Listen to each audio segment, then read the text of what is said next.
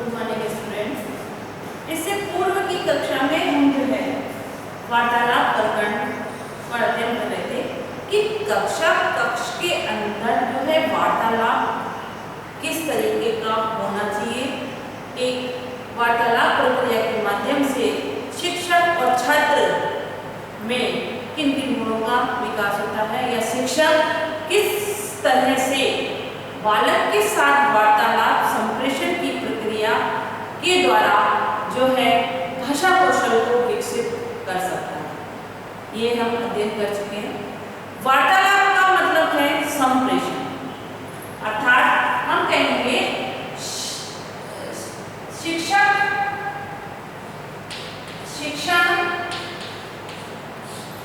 अधिगम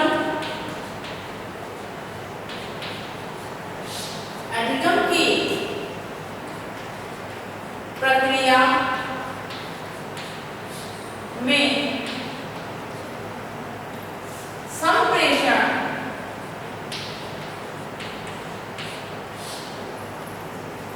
एक अनिवार्य या अनिवार्य माध्यम है।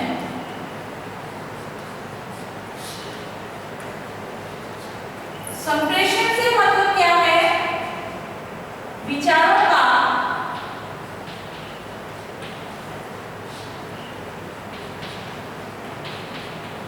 आदान प्रदान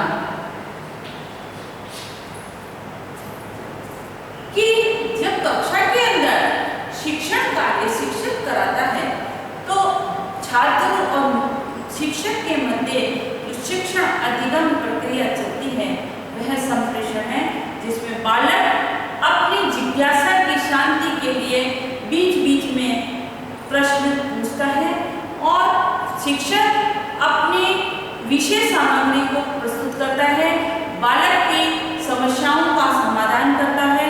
यही जो है संप्रेषण कहलाता है और इसी के माध्यम से जिस विषय वस्तु को लेकर शिक्षक अधिगम कराना चाहता है उस अधिगम को प्राप्त कराने में सफल होता है। तो एक शिक्षक जो है कक्षा के अंदर जो वार्तालाप की प्रक्रिया करता है उसका प्रमुख उद्देश्य है बालक में वार्तालाप कौशल या बात किस तरीके से करनी है, कहाँ किस बात का औचित्य क्या होगा और किस विषय सामग्री को प्राप्त किया जाएगा वह माना है। आगे हम करेंगे कि वार्तालाप जो है स्व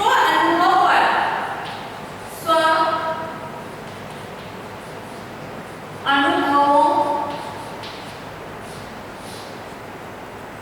पर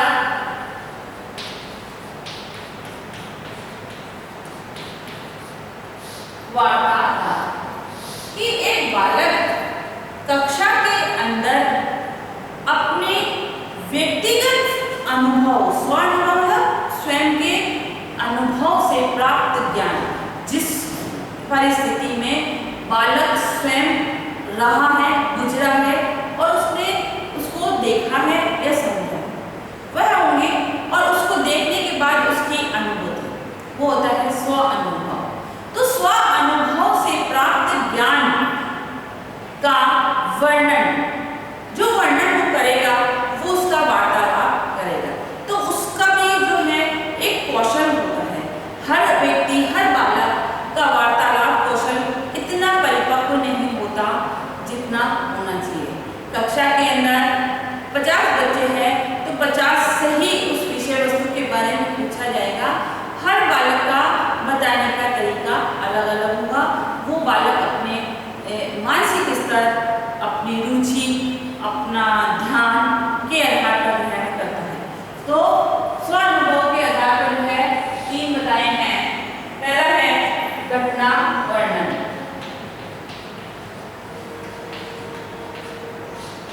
दूसरा है दृश्य वर्णन, तीसरा है यात्रा,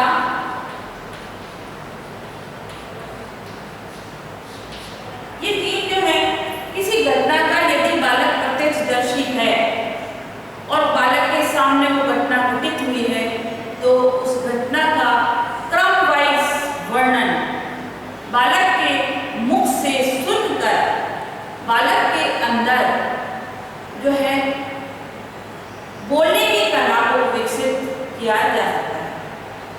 जब कक्षा में साहित्यिक प्रतियोगिताएं या साहित्य की कक्षा के अंदर शिक्षक इन सब गतिविधियों को आयोजित करता है तो बालक के अंदर बोलने की कला विकसित होती है।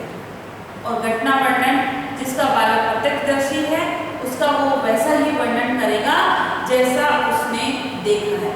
अब डिपेंड ये करता है कि उसका मानसिक स्तर कैसा है।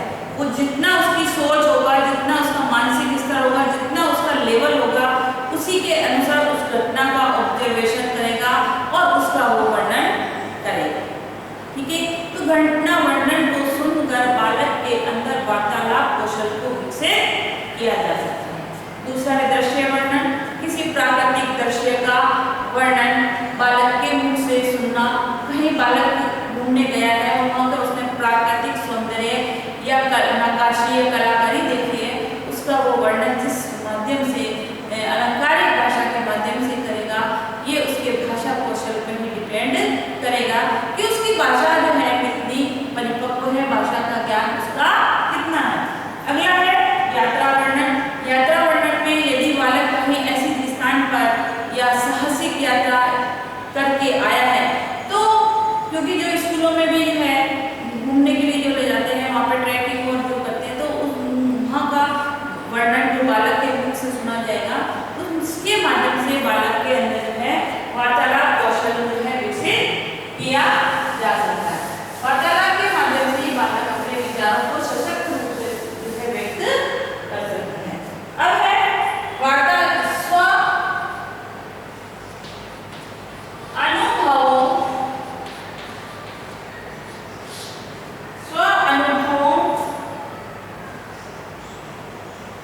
पर वार्तालाप स्व अनुभव के जो वार्तालाप की जाते हैं उसका महत्व क्या महत्व है।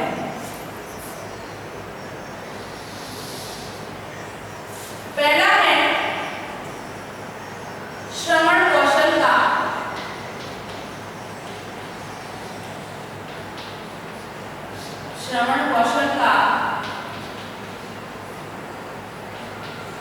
विकास। जैसा हम सुनते हैं और ध्यान लगाते हैं वैसा ही हम वर्णन करते हैं।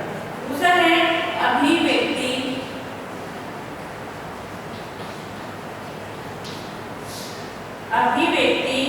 कौशल का विकास।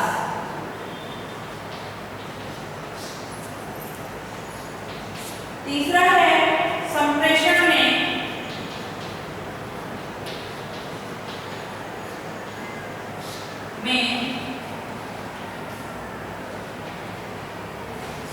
सहायक। चौथा है कथन में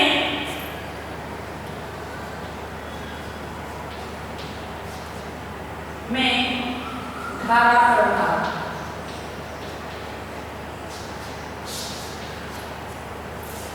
और स्पष्ट अगला है शुद्ध और स्पष्ट भाषा प्रयोग। ठीक है, कि स्व अनुभव पर जो वार्तालाप की जाती है उसके आधार पर बालक के अंदर इन गुणों का विकास होता है कि जैसा बालक सुनता है और सुनने में जितना वो ध्यान लगा रहा है, कंसंट्रेशन कर रहा है, उसी के आधार पर वो वर्णन करेगा। दूसरा है अभिव्यक्ति।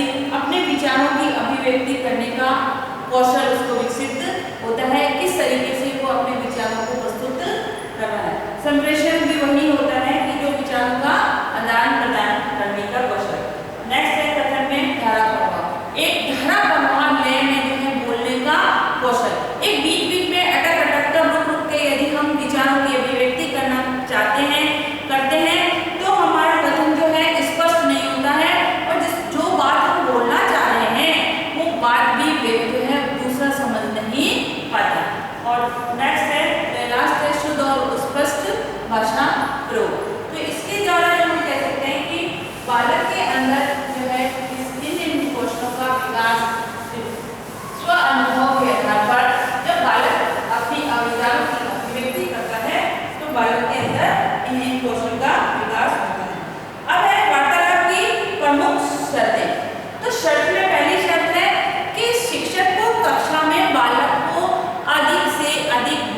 का अवसर प्रदान करना चाहिए ताकि बालक अपने विचारों की अभिव्यक्ति खुलकर कर सके। यदि बालक को बोलने से कक्षा के अंदर रोक दिया जाता है तो जो है बालक आगे से बोलने में हिचकिचाता है और वो जो बात या विचार प्रस्तुत करना चाहता है वो नहीं हो पाता। दूसरा है बालक की बात को ध्यानपूर्वक सुनना, क्योंकि जब हम बालक की बात को ध्यान से सुनेंगे तो वो उसको पूरी तरह से स्पष्ट करने की कोशिश करेगा और बालक को भी लगेगा कि शिक्षक जो है मेरी बात को ध्यान से सुन रहे हैं, मेरी बात को वेटेज दे रहे हैं, तो वो अपने विचारों को अधिक से अधिक प्रस्तुत करने की कोशिश करेगा। इसके बाद है कि बालकों की वार्ता जो है प्रत्यक्ष रूप से जो है उसका विरोध नहीं करना चाहिए। यदि बालक गलत बोल रहा है या गलत प्रस्तुति कर रहा है तो उसी समय उसको ना टोककर उसके खत्म होने के बाद में पुनर्बलन देते हुए, मोटिवेशन देते हुए उसमें सुधार करना चाहिए। यदि हम उसी समय सबके सामने टोक देते हैं तो भविष्य में बालक उस चीज को बोलने से हिचकिचाता है, डरने लगता है और वो आगे जो है भविष्य में बोलने से जो है कतराने लगेगा।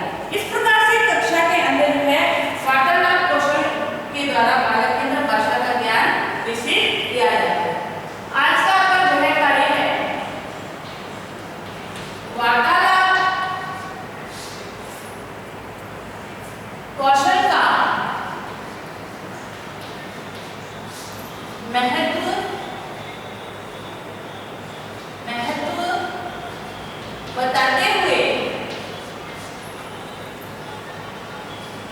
बताते हुए इसकी